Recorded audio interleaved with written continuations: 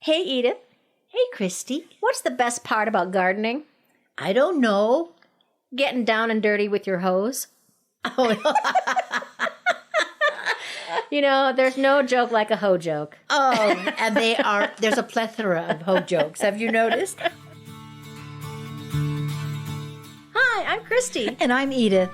We're backyard gardeners from Colorado. And neighbors. And friends. These days, gardening has gotten very popular. And we've noticed more and more people picking our brains for tips and troubleshooting about gardening. We're not experts. We just learned a lot about gardening from the mistakes we made along the way. So welcome to Upside Down Tulips, a fun podcast that celebrates gardening gone wrong. Upside Down Tulips.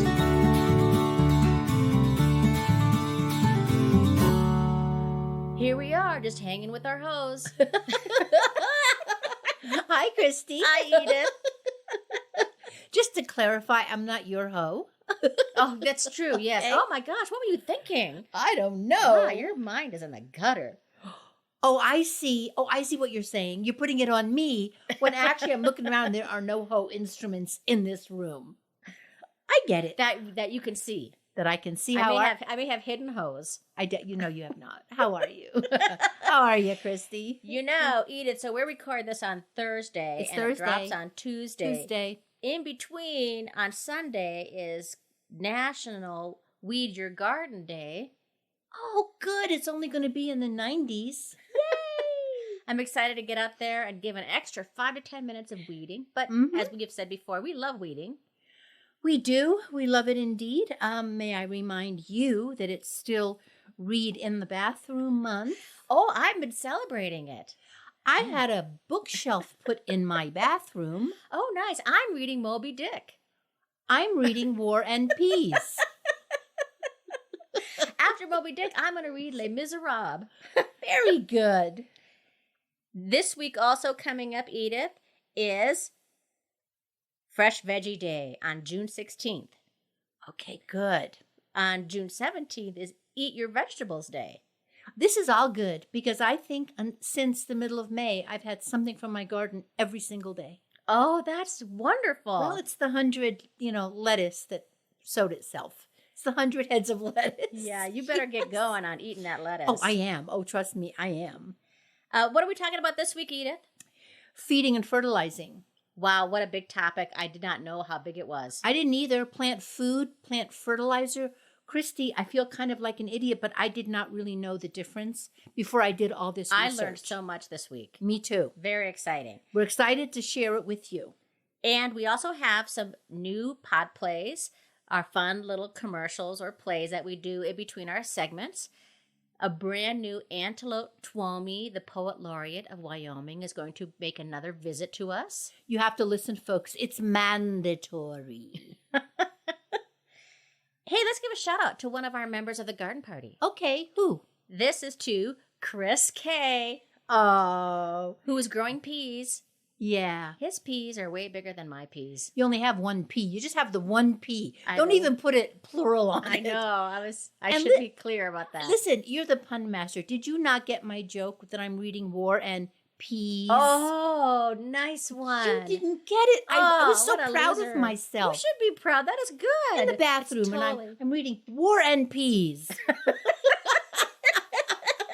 Oh my gosh. I expected you to laugh, and you didn't do anything. That was terrible of me. Oh. Well, just so you know, folks, that Chris K, as a member of the garden party, he just throws us a couple bucks a month to help support the work that we do. And if you are interested in doing that, you can just go to our website or click on the show notes. And when you do that, you can get some fun rewards, like some of our merch, like a coffee cup or a t-shirt. You can get hand-curated seeds from our gardens. People all over the country now are getting our seeds. Isn't that cool? It's so cool. It's so cool. And we so appreciate it so very much. Okay, Edith. Yeah. How's your garden going? It's going good. I mean, it's going good. Okay, I've got a couple of flops. My radishes never did anything. You know how sometimes when you plant a seedling, and I started these myself, a couple of them are fantastic, and another one, same packet of seeds, same everything, goes straight to seed, and it's 2 inches high. That is annoying. 2 It's- inches high. It's little teeny tiny cabbage. Yeah, it just failed to thrive. It's like it's still, living in its parents' basement and it's out of there. Living there, still have their high school trophies up. Yes. So anyway, bad posters. everything is good. Everything is good. I just go out every day. It's the time of year now in the 90s where watering is essential. I actually put shade over all of my lettuce today. May I suggest putting a lawn chair over your lettuce? I don't have enough lawn chairs. 100 heads of lettuce. That's a lot. It would look like a political convention. Just last month, we were complaining that it was snowing. I know. I wish it would come back to snow. Well, how is your garden? Well, I have a 4th of July tomato plant that not only is flowering, Edith, Yeah. it has baby tomatoes on it. Come on. That's great. And one thing I wanted to point out is that I was bragging about this with a friend of mine, and I was telling her my garden plan, which I talked about in our Tomato Encore episode, that this year I'm not doing heirloom, I'm doing strict hybrid so I can beat down a fungus.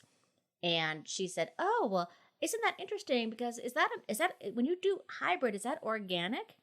And so I thought it'd be a good time to mention again that hybrid plants are organic and they're not GMOs. No. In fact, you will rarely get you can't even get a GMO seed. So if you ever get a seed packet that says non-GMO, and if they're charging a little bit more, just ignore that. The only people that are doing GMOs are farmers. Yeah, who buy seed by the many pounds or the ton or whatever it is they do. And a hybrid seed is just a seed that has been gathered together from 2 plants where they took the best parts of each plant and put it together to help tamp down disease. It's not made in a lab. And if you want to know more about this, we've got that whole episode, right? It's called Something Old, Something New, Something Bioengineered, episode 19. And we also have that wonderful tomato episode, Plump Things with a Navel. Yes, episode. We just did a lovely little encore of it, and that was just a couple weeks ago. How good is this that we are able to refer back because it's almost our year anniversary? Yeah, that is cool. Huh? How good That's is very that? cool. Have you changed your mind about the drunken anniversary show? Have you, Christy? Have you? Well, it's interesting because when I think about what that would be like, would anybody want to really listen? Maybe it sounds more exotic. Huh. Okay, I have an alternative if you don't want to do drunken. What? We have to do the whole thing in verse. Oh, great. Bring on the martinis. There you go. I knew I could get you. So also what happened that's very interesting in my garden is that I was watering, and I have square foot gardening, so I go to each little section, and I went to one of the sections, and all of a sudden I looked at it, I'm watering it, and I go, hey, wait a minute, there's nothing there. There used to be something there. Uh-oh. My cauliflower. What happened to it? It's gone. No. Something, I think, bit it off. Like a cutworm, something that bites it off at the soil level and the whole thing just falls down? Well, no, because the whole thing was gone. It's just gone. And I could see maybe like a 1/4 of an inch of the cauliflower left. Oh, that's just awful. Oh, darn it. Yeah. I'm so sorry. I know, and I had such Admit. beautiful cauliflower last year, but it's really not too late. I can try to go to the nursery and get some more, but this was a cauliflower I grew from seed. Oh. So sad. My roses have opened up outside, Good. and we could talk more about this coming up, but I did feed them, which is important to do. And, Edith, I've got a confession to make to you. Okay. Well, you know How long has it been since your last confession? You know how you were so upset about your rosemary plant, Yes. and I was a little braggy, right? A little braggy. Not in your Minnesota way, which is not terribly braggy. And I had 2 out there, right? Yeah. And there was one that still had green on it, and I thought it was going to be okay. And then another one that was really green. Well, the one that just had a little bit of green on it, Uh-oh. there is no green on it anymore. Where was it? Did you plant it in your garden? Yeah, And it just stopped. it's done. Oh. So that rosemary is no more. Okay. That is a dead rosemary. I'm calling it that rosemary plant has ceased to be. You are literally experiencing slaughter in your garden. If it's not the cauliflower, it's the rosemary. Yeah. What the heck is going on out there, Christy? Yeah, really? It's very frightening. And I think that jade plant that you gave me, I'm going to need to repot it. I don't know why. See, now you're getting braggy. Okay, let's tell everybody. What? Because What, mine Edith? is 1/10 of the size of yours. I got it for you. I got me one the same day. And it's 1/10 of the size of yours. Have you been feeding it? No. Aha! Well, maybe. Okay, fertilizing. I've not been fertilizing it or feeding it. I've not been doing anything. Is there a difference between feeding and fertilizing? Yes. There is. Big difference. Oh my yeah. gosh, I can't wait till we come Yeah. back and talk about this amazing topic. Yeah. Okay, folks. If you ever hear words or terms you're not familiar with, or you want a good laugh, check out the Upside Down Dictionary on our website at upsidedowntulips.com. We believe in teaching while making you laugh. That's the best way I learned. So that's why most of them are really funny, but it's all really good info. We wouldn't lead you astray. Or you can click on the link in our show notes where we have blog posts there too. And Yes. while you're there, you can sign up for our newsletter for updates, jokes, and funny garden signs. You can also see pics of our gardens, inspirations, gardening jokes. Visit us on Facebook, Instagram, and Pinterest. And you can also go to our YouTube channel. Are you sure? I'm sure. Okay. I was just there today. Okie dokie. YouTubing it.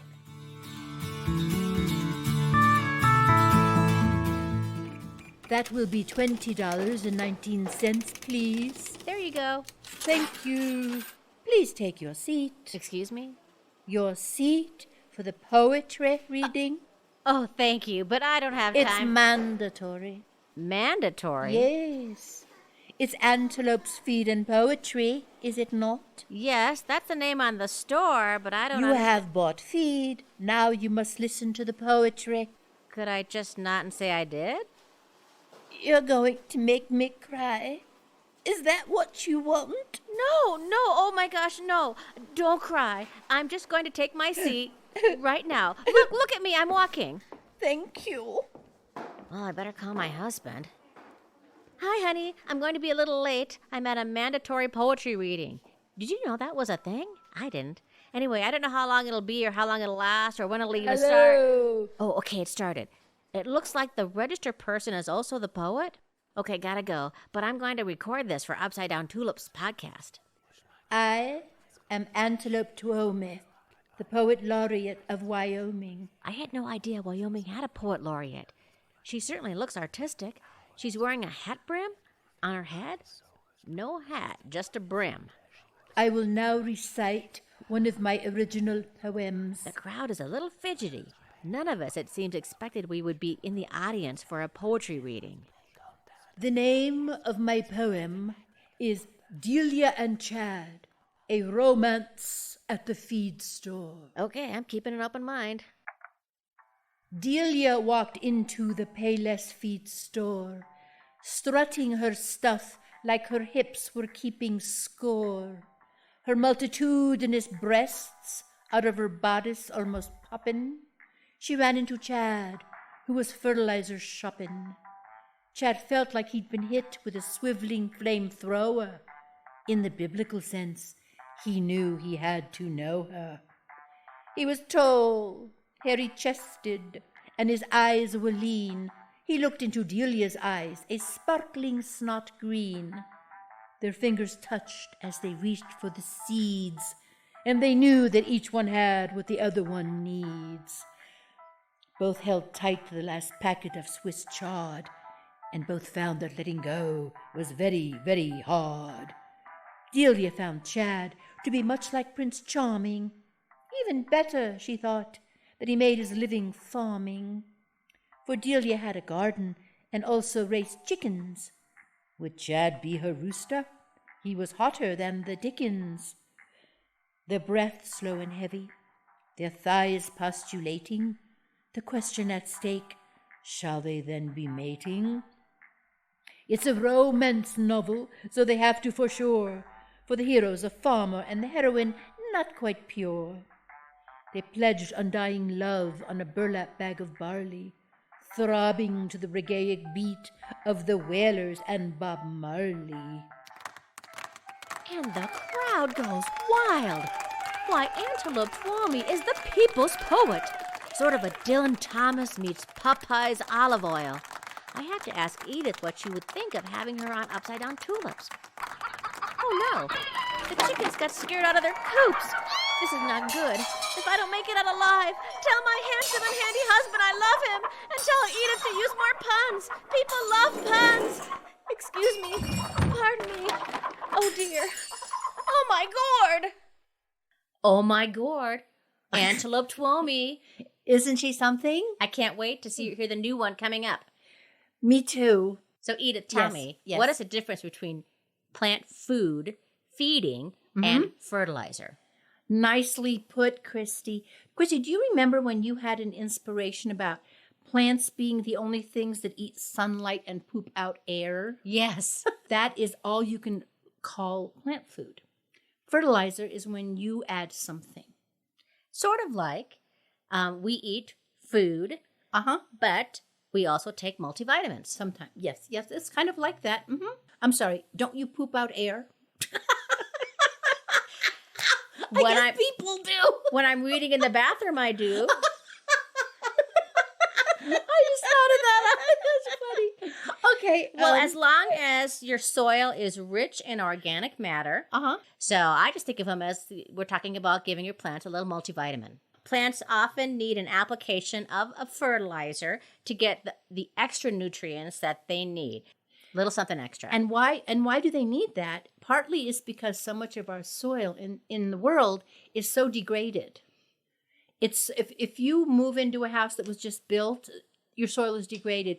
Unless you have some land that has been owned and farmed by an organic farmer or gardener, your soil is most likely going to be degraded, and it won't be nutrient dense, which means it won't have the bugs, and your food will not be as full of nutrients as it should have been. So that's when we fertilize. And folks, if you want to know more about how to have great soil, check out episode 29. That was a good one, Christy. Which is we have all the dirt on soil. The dirt on soil. We find out the difference between dirt and soil. There's a difference there. Taught me. So a fertilizer can either be organic or synthetic. And we'll talk about the pros and cons of that a little bit later. But if you've grown and harvested plants in your garden before, the crops and the plants took up nutrients from the soil, and those nutrients need to be replaced in the spring before more plants are grown there. Yeah.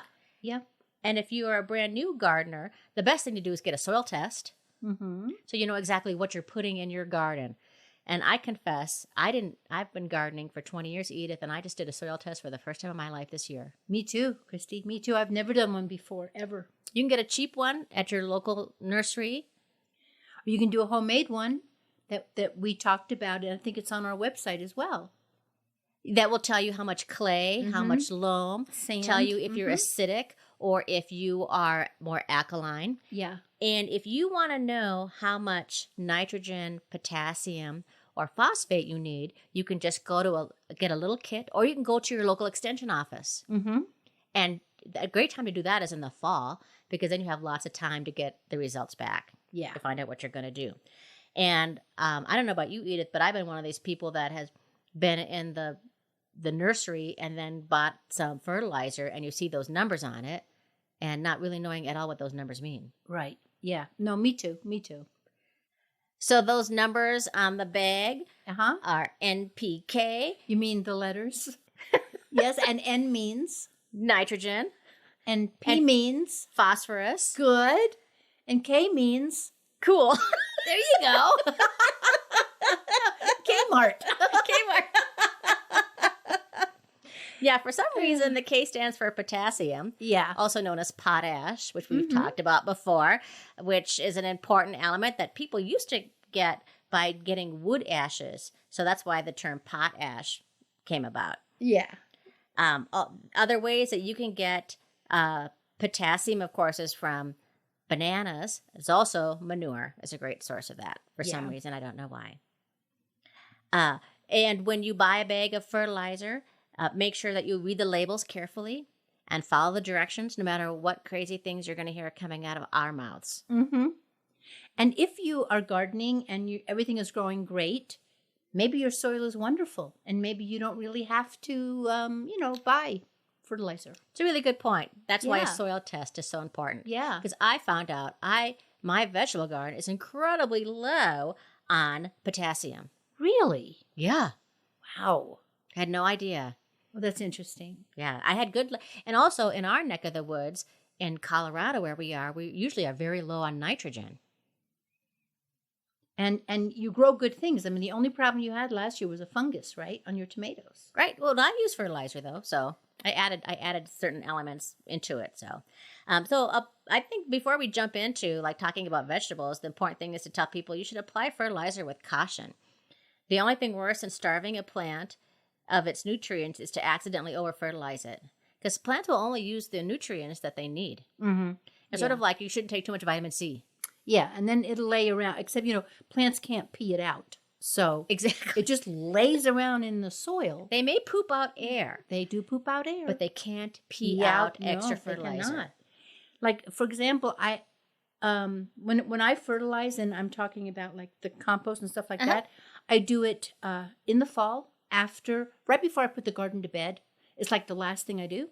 Then it can soak in all winter. Soaks in all winter, and slow. and feeds the bugs and stuff down there.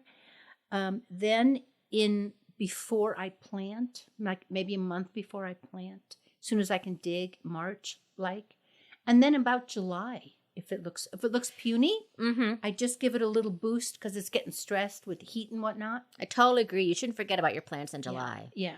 Yeah. What else do you do for your vegetable garden? Let's talk about let's focus in on veggies a little bit more. Okay. Edith, what else besides compost do you do for your vegetable garden?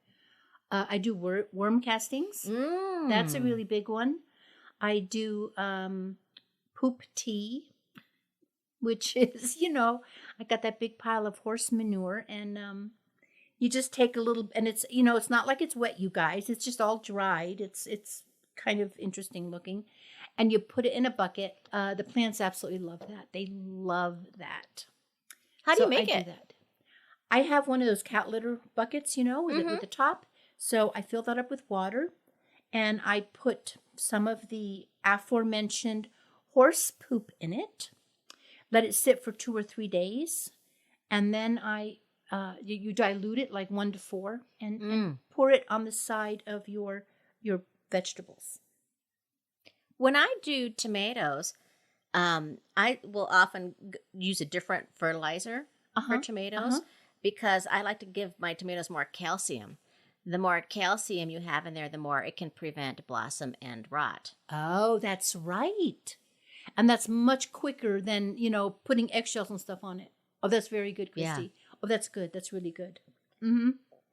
And I think it's also kind of a good idea to keep an eye on your vegetable garden to see what's really in need and having a lot of growth happening, because vegetables grow at different rates. Yeah, yeah. And so when before the lettuce really gets going, you want to make sure you have your fertilizer out there, but don't forget that later on, corn and squash will need a little extra fertilizer. That's right. Yeah. Once a plant starts setting its fruit, you got to really pay attention to watering it, and that is a really good time to fertilize because they need those nutrients to create a decent amount of fruit. I read that you should never fertilize strawberries until after they bear fruit, which I've been doing it all wrong. I've been always doing it in the spring. Your strawberries are wonderful, though. They really are. Like sometimes there's just no hard and fast rule. Sometimes if it works, it works, I also read that later in the season, you should keep an eye on cabbage, cauliflower, and broccoli because they will benefit from a little bit more fertilizer. Okay. Anything else regarding veggies? Well, you can also make dandelion fertilizer. Comfrey. You can use plants and soak them, and you can use that as a fertilizer as well. And it's totally natural. There's no chemicals involved. And I have done that. Oh, that's amazing. Yeah, with dandelion. Comfrey, which I don't know if that really grows here very often. It's an herb, right? Yes, that is supposed to be the best. Did you know that it means bone set? because it used to be used to heal broken bones. Oh my goodness. Isn't that cool? Yeah, And it makes you feel comfrey. And it makes you become free because your bones are knitting together. So it has this really deep tap root, so it pulls up nutrients other plants can't get. Oh. And the only problem with it is don't eat it or drink it because it is highly toxic. So don't put it in your salad. Don't make comfrey tea. In fact, products made with it are illegal in Canada. It really is highly toxic. More toxic than rhubarb? Maybe. Wow. I mean, nobody's banned rhubarb as far as That's true. I know.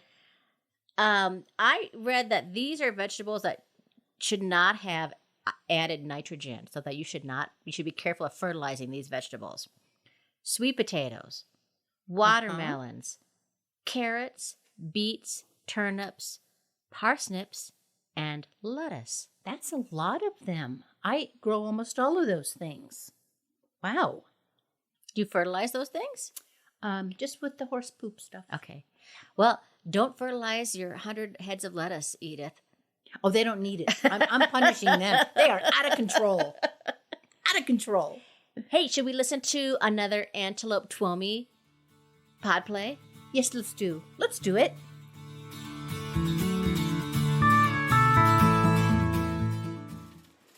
Birdseed, got it. Chicken manure, got it.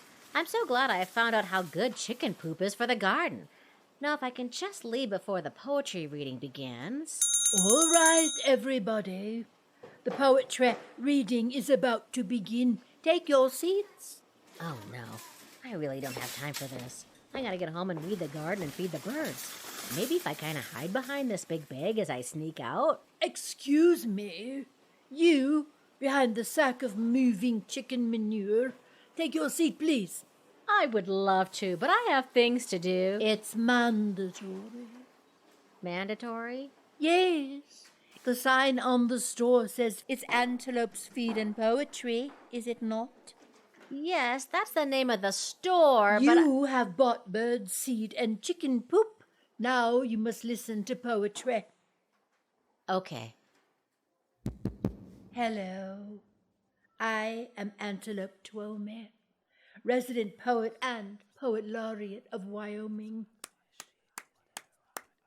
This poem was written by Chad, whom I immortalize in my poem, Delia and Chad, Romance at the Feed Store. Love has made Chad, a simple farmer, into a poet and lover of flowers. His poem is entitled, Forsooth, oh, Forsythia. This does not sound promising. Forsooth, oh, Forsythia, Forsythia, forsooth.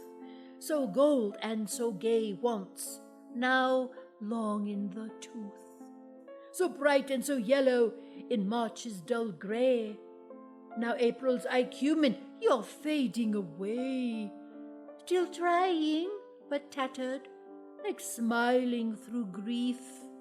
I'll miss your glad blossoms when green grows your leaf.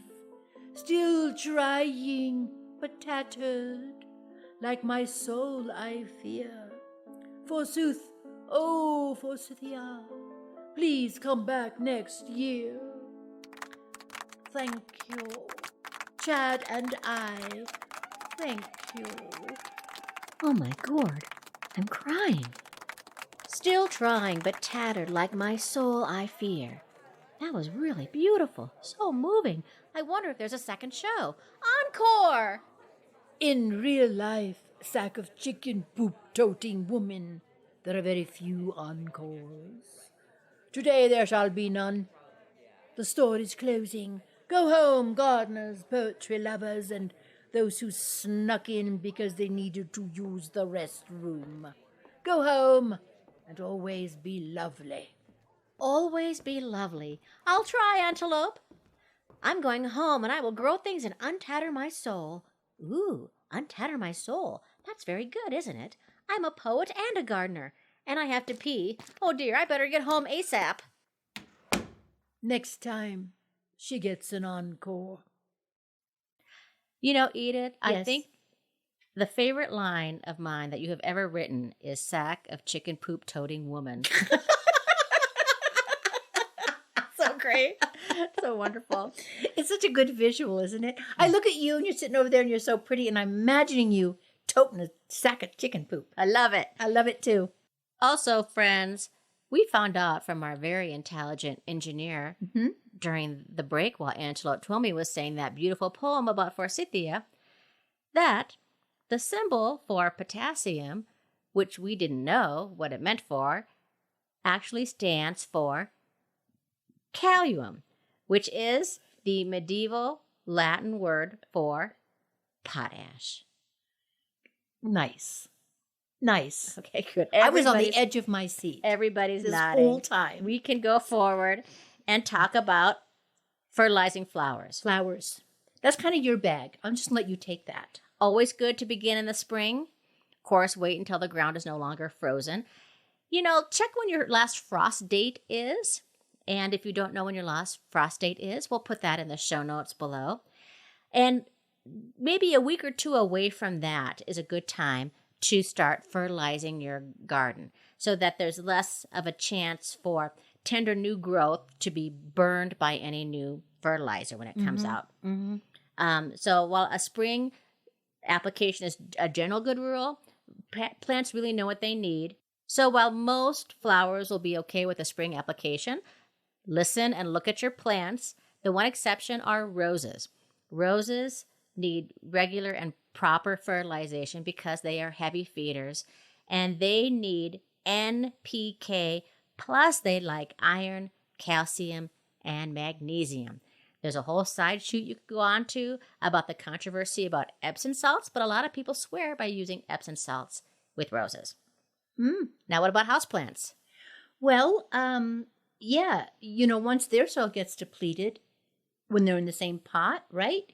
Well, you can give them a little something. And that's true actually for all container plants, isn't it? Yeah. So if you have container plants outside, they're really dependent upon you to give them the nutrients that they need. So you will need to fertilize houseplants and also container plants a lot more than you would the plants that are out in your yard. And it also depends on how old the soil is. Like if you just bought a wonderful potting soil, do you think it's going to maybe last for a season or not? And when you buy potting soil now, usually they include a lot of nutrients So in much. with So it. don't over fertilize. That's important. And after a couple months, that stuff is gone though. Yeah. So then you will need to fertilize with it. I usually start fertilizing my house plants around March or about 8 weeks before the last frost. And then I stop fertilizing them around August, about 8 weeks before the first because frost. they like to go a little bit dormant, right? Yeah. They like to kind of sleep. And then I fertilize with every time I water. I like to weekly fertilize because you're such a good point. It's a danger to over fertilize. If you see your leaves turning brown, that's a bad sign of over fertilizing. It's wilty looking. The leaf margins could be dry or burned looking. All of that could be your over fertilizing. You know what else doesn't like to be fertilized, Edith? People. It's herbs. They don't need much. Oh. If you give herbs too much fertilizing, you'll get excess leaf growth and then less concentrated flavor on the leaves that you want to harvest. Well, that's interesting, Christy. That's very good information. And what about trees and shrubs? Do you ever fertilize trees and shrubs? I don't go out of my way to do that. I don't either. You know what? And I'm talking mainly my fruit trees because nature has a way that when the tree is full of fruit, some of it will fall to the ground, and that is actual fertilizer. Oh, such a good point. That's how nature has intended it. It's good to keep an eye on it. I know some people highly recommend it. I never have fertilized trees or shrubs before. Me neither, Christy. Me neither. But we can tell folks this is that they do like a complete fertilizer, and the numbers I have seen have been like 16-4-8. So a little higher on the nitrogen level for trees and shrubs. Okay, although we don't do it. We don't do it. We don't do it. Like, we got enough to do in the garden. Okay, now. Yes. Fertilizer can either be organic or it can be synthetic. And when it's organic, it's made out of things that are natural. And this could be something that you make or that you find that you get from the kitchen, or it could even be organic fertilizer that you buy at a nursery that is made out of organic materials. Or it can be a synthetic, which is manufactured from natural ingredients like phosphate rock or sodium chloride or potassium chloride, and they have been refined to be more concentrated, which means that they, on the plus side, a synthetic fertilizer will have a lot of quick release, or they can be coated for a slow release. But there are some downsides to a synthetic or processed fertilizer, right? Mm-hmm. Yeah. There's a lot, actually. In my way of thinking, there's a lot of downsides to it. So, for example, can we talk about Miracle Grow, which is the ones that every gardener uses? Miracle Grow is a synthetic fertilizer. They will cause, for flowers, for example, they will make the flowers look absolutely gorgeous and bushy and beautiful. The problem is that Miracle Grow, the nitrogen is derived from synthetic ammonium and water-soluble nitrates. They produce off chemicals that are harmful to soil microbes, worms, and all other forms of life in the soil. So basically, you're hurting your soil when you use Miracle Grow, and every year you will damage it a little bit more. And healthy soil has a lot of microbes in it. And Healthy soil is alive. You do not want to kill it. Yeah. It is the microorganisms, these microbes, that create the nutrients for plant growth and health.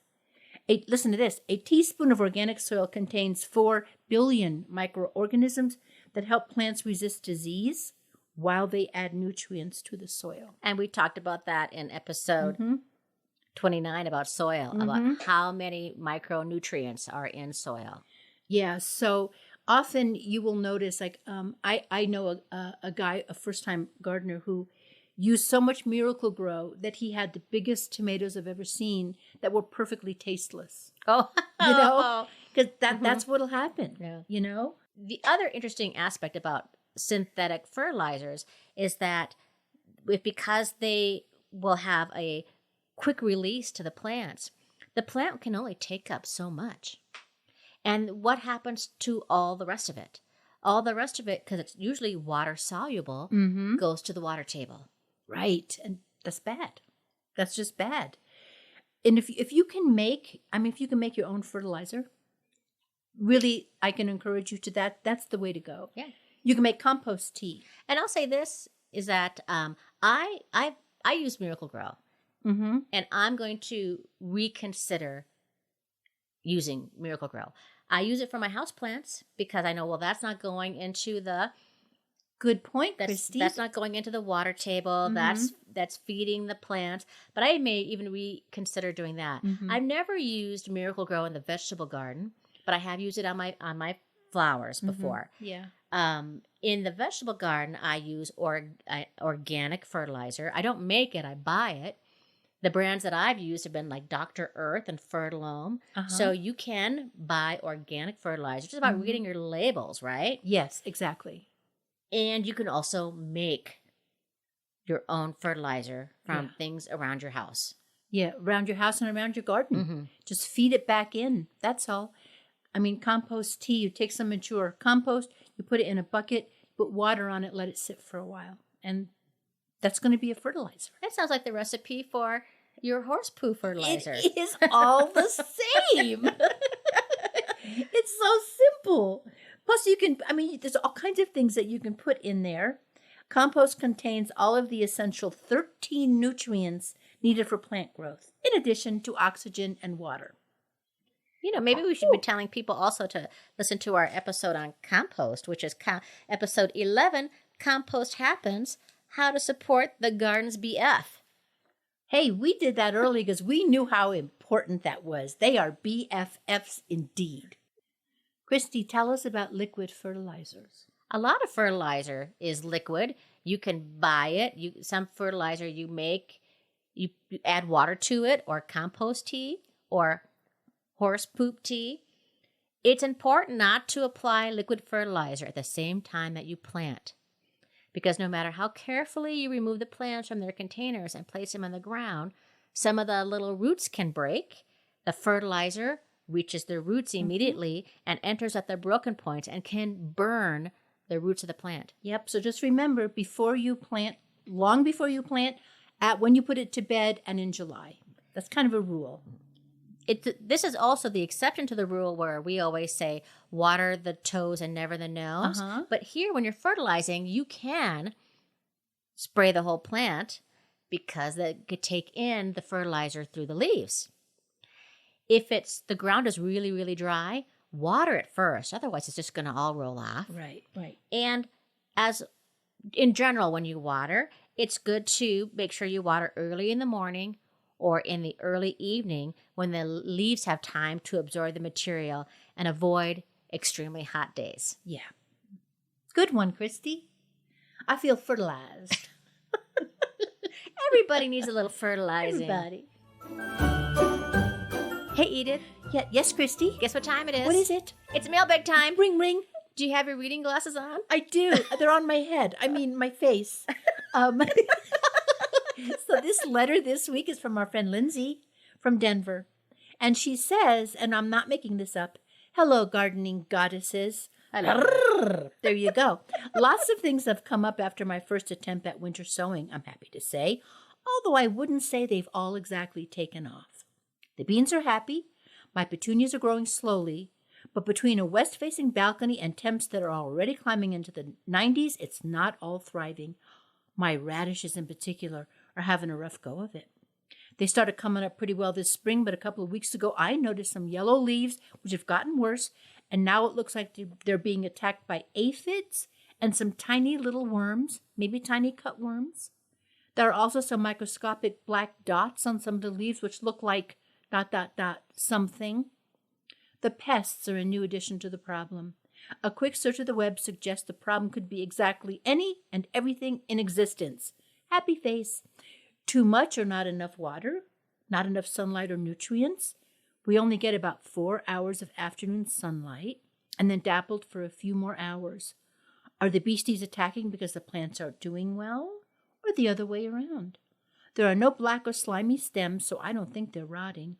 I'm going to spray some neem oil on them, but they might be a lost cause already. Any thoughts? Pics attached. Thanks in advance. Y'all are the best. Lindsay.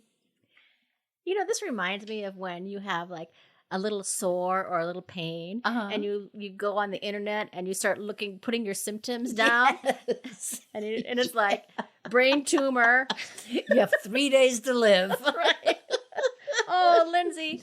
Oh, What do we do about those radishes, Edith? Don't look at me.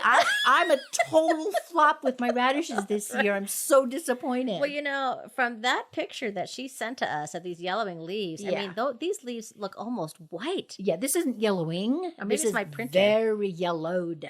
Yeah, and there are definitely aphids on there. Yeah, they're not. This is not good. Yeah, I think it's smart that she put neem oil on. That's what I would do. And the second thing I would do is replant. Yeah. Even though it's hard, radishes when it's in the 90s, Oh my gosh. that's almost impossible. She could put a lawn chair over it.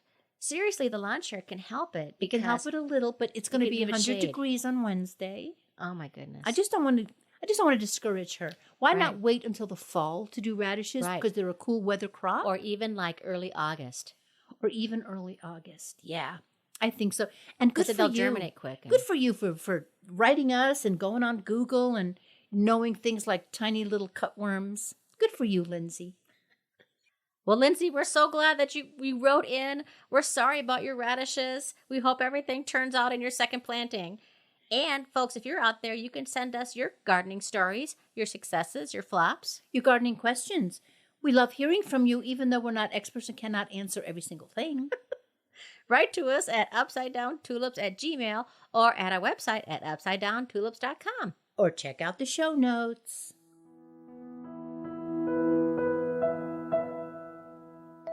The music is playing. That means it's time for inspiration.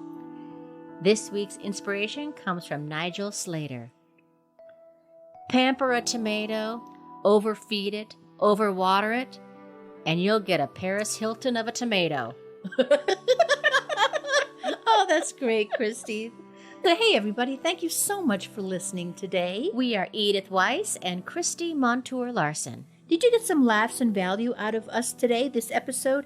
If you did, could you do us a favor? Please share the show on social with a friend who might also appreciate it. Thank you so much to Denise Gentilini for composing and performing the Upside Down Tulips theme song. If you want to hear more of Denise's music, just go to denisegentilini.com, or you can find that link at upsidedowntulips.com.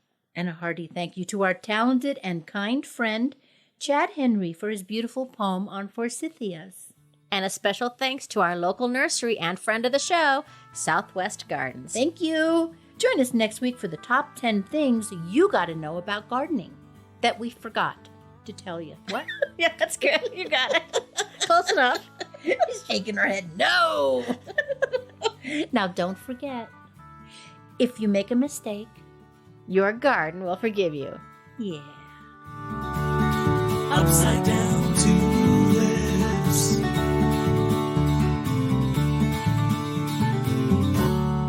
I thought we just changed the title to the top 10 things we forgot to tell you. I didn't write that down, though.